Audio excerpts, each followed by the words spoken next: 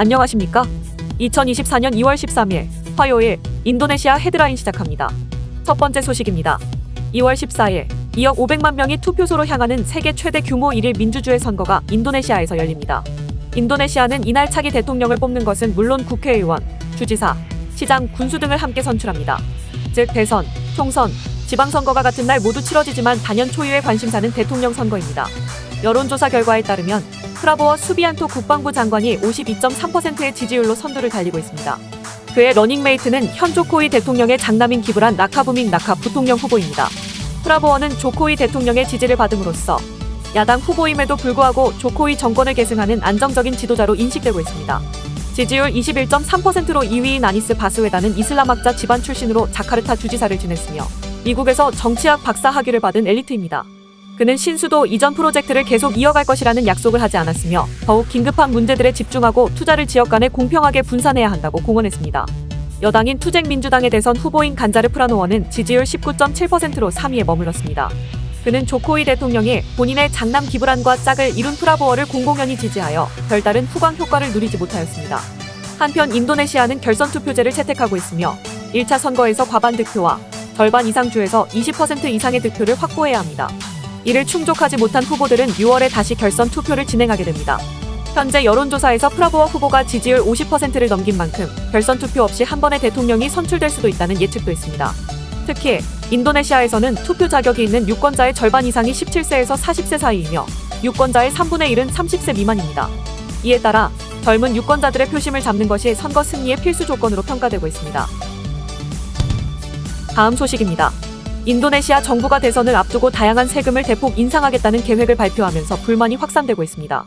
인도네시아 재무부는 2024년 사회보장 예산을 지난해 대비 11% 증가한 약 317억 달러로 설정하였고 이를 위해 세수 확장이 필요하다고 밝혔습니다. 그러나 일부에서는 이번 세금 인상이 대선을 앞둔 정부의 인기 획득을 위한 재원 마련 수단이라는 비판을 내놓고 있습니다. 이번에 인상되는 세금은 레저세, 담배 및 전자담배에 대한 소비세, 그리고 부가가치세로 대폭 인상될 예정입니다. 세금 인상은 내년부터 실시될 예정으로 이는 당장의 경제에 미치는 영향을 최소화하고 세금 부담자들에게 준비 시간을 제공하기 위한 조치로 해석되고 있습니다. 특히 레저세는 0%에서 최소 40%로 상승하며 이로 인해 관광 산업에 타격이 예상됩니다. 담배에 대한 소비세는 10에서 15% 인상될 예정으로 이로 인해 담배 제조업체와 흡연자들 사이에서 불만이 높아지고 있습니다. 또한 부가가치세도 11%에서 12%로 인상될 계획입니다. 이렇게 인상된 세금은 5년 동안 동결된 공무원의 임금 인상, 쌀 지원 확대, 그리고 저소득 학생들에 대한 재정 지원 확대 등 사회안전망 프로그램에 사용될 예정입니다. 그러나 이와는 반대로 기업들과 중산층의 세금 부담 증가로 인해 경제 성장이 저해될 가능성에 대한 우려가 제기되고 있습니다.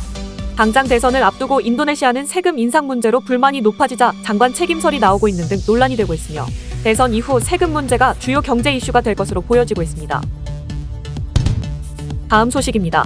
올해 초부터 글로벌 경제에 부정적인 상황이 연이어 발생하면서 인도네시아의 금융위기 우려가 높아지고 있습니다. 특히 중국과 홍콩 주식시장의 지속적인 매도세와 중국의 헝다그룹 청산, 태국 기업의 채무 불이행 가능성 등이 투자자들의 불안을 부추기고 있습니다. 미국 경제학자 누리엘 루비니는 2024년 세계 경제에 대해 낙관적인 평가를 내리면서도 예상치 못한 요인에 대해 주의를 당부하였습니다. 특히 중국은 재정 부양책과 중앙은행의 지급준비율 대폭 인하 등으로 위기에 대응하고 있지만 선진국들이 중국에 대한 위험 노출을 줄이는 추세가 중국의 성장 궤도를 강화하려는 노력에 도전이 되고 있습니다. 인도네시아 경제학자들은 인도네시아 경제가 주로 국내 부문에 의해 주도되고 있기 때문에 외부 충격의 직접적인 영향을 완화할 수 있을 것이라는 낙관론을 제시하면서도 미국 달러의 강세 가능성이 인도네시아 루피아화 가치 하락과 경제 성장 둔화로 이어질 수 있다는 경고를 하고 있습니다. 이 중에서도 중국 경제는 특히 주목받고 있으며 이는 세계 경제에 미칠 영향력 때문입니다. 현재 중국의 내부와 외부적인 요인이 복합적으로 작용하면서 불확실성이 더욱 증대되고 있습니다. 또한 다가오는 11월 미국 대통령 선거는 미국 정책의 장기적 전망에 영향을 미칠 것이기 때문에 시장이 예의주시하고 있습니다. 다음 소식입니다. 산디아가 우노 관광창조경제부 장관은 지난해 외국인 관광객 수의 호조를 바탕으로 올해 코로나 사태 이전 수준인 관광객 1,700만 명 도달 가능성을 내비쳤습니다. 인도네시아 통계청에 따르면 지난해 인도네시아를 방문한 외국인 관광객은 1,100만 명 이상으로 코로나19 이후 강력한 회복세를 보였습니다. 그러나 이는 2019년에 1,610만 명에는 미치지 못하며 팬데믹 이전 수준으로 복구되지 않은 상황입니다. 인도네시아 호텔 및 레스토랑 협회의 사무총장은 2023년 관광 부문의 실적은 매우 좋았다며 정부 주최의 국제 행사들이 회의, 인센티브, 컨벤션 및 전시회 부문의 예약 증가에 크게 기여했다고 밝혔습니다. 그러나 사무총장은 올해 상반기 선거로 인해 국제 행사가 부족하고 선거 분위기에 휩싸일 경우 관광객의 방문이 더뎌질 수 있다고 우려하였습니다. 이에 따라 관광부가 설정한 올해 외국인 관광객 방문 목표인 1,430만 명 달성이 어려울 수 있다는 견해를 밝혔습니다. 관광 전문가인 디디엔 주나디도 올해 외국인 관광객 수가 팬데믹 이전 수준으로 회복될 가능성은 있지만 안정적인 국내 상황을 선호하는 외국인 관광객들의 반응은 선거 결과에 따라 달라질 것이라고 지적했습니다. 하지만 발리는 여전히 외국인 관광객들에게 매력적인 목적지로 남아있을 것이라고 덧붙였습니다. 다음 소식입니다. 인도네시아 인터넷 공급자 협회가 실시한 최근 조사에 따르면 인도네시아의 인터넷 이용 인구는 2억 2,156만 3,479명으로 총 인구 대비 인터넷 보급률이 79.5%에 이르는 것으로 나타났습니다. 이는 직전 조사보다 1.3%포인트 상승한 수치입니다. 지역별 보급률을 살펴보면 자바 지역이 83.64%로 가장 높았고 반면 술라웨시 지역은 68.4%로 가장 낮았습니다. 도시별로는 족자카르타가 88.7%로 가장 높았으며 수도인 자카르타가 87.5%로 뒤를 이었습니다. 전체 38개 주 중에서는 자바섬 전체 주와 수마트라 섬의 절반인 14개 주에서 인터넷 보급률이 80%를 넘어섰습니다. 또한 이번 조사에서는 인터넷 요금에 대해서도 파악했습니다. 모바일 인터넷 사용자 중 월 5만 루피아 이상 10만 루피아 이하를 지출하는 사용자가 45.0%로 가장 많았으며 가정용 인터넷의 경우 10만 루피아 이상부터 30만 루피아까지 지출하는 사용자가 67.4%로 가장 많았습니다. 인터넷을 통해 가장 많이 이용하는 서비스는 76.3%로 온라인 동영상이었습니다. 이는 직전 조사보다 20%포인트 이상 증가한 수치입니다.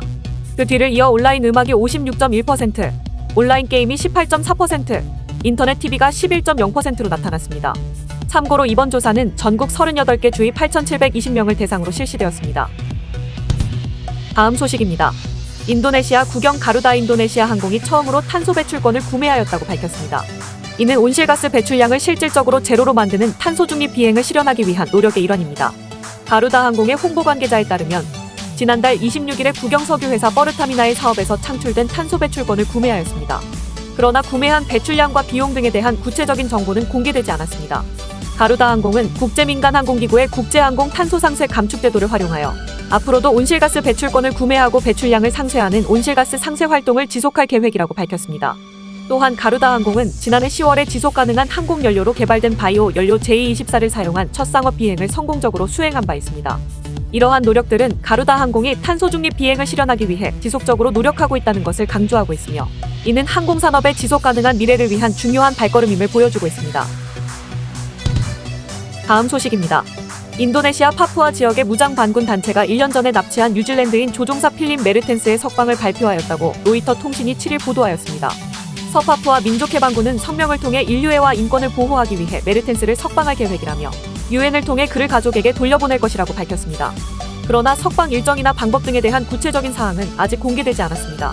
참고로 메르텐스는 인도네시아 항공사 수시에어의 조종사로 지난해 2월 7일에 파푸아 은두가 지역의 개발을 위한 물자를 싣고 파로 산악 공항에 착륙했습니다. 그러나 그가 착륙한 후 서파푸아 민족해방군이 비행기를 급습하여 메르텐스를 납치하였습니다. 이후 인도네시아가 파푸아 독립을 인정하고 해방해야만 메르텐스를 석방하겠다고 요구하였습니다. 이에 대해 인도네시아는 군경합동 수색단을 구성하여 메르텐스 구조에 나섰지만 성과를 거두지 못했습니다. 또한 뉴질랜드 정부도 인도네시아와 파푸아 지역사회를 통해 반군과의 협상을 시도하였으나 이 또한 성과를 거두지 못하였습니다. 한편 파푸아는 뉴기니 섬의 서쪽 지역으로 1961년 네덜란드에서 독립을 선포한 후 인도네시아군에 의해 점령되어 1969년 주민투표를 통해 인도네시아에 편입되었습니다. 그러나 파푸아 독립운동가들은 이 주민투표가 조작되었다며 독립을 주장하고 각종 저항 활동을 펼치고 있습니다. 시청해주셔서 감사합니다. 다음 시간에 뵙겠습니다.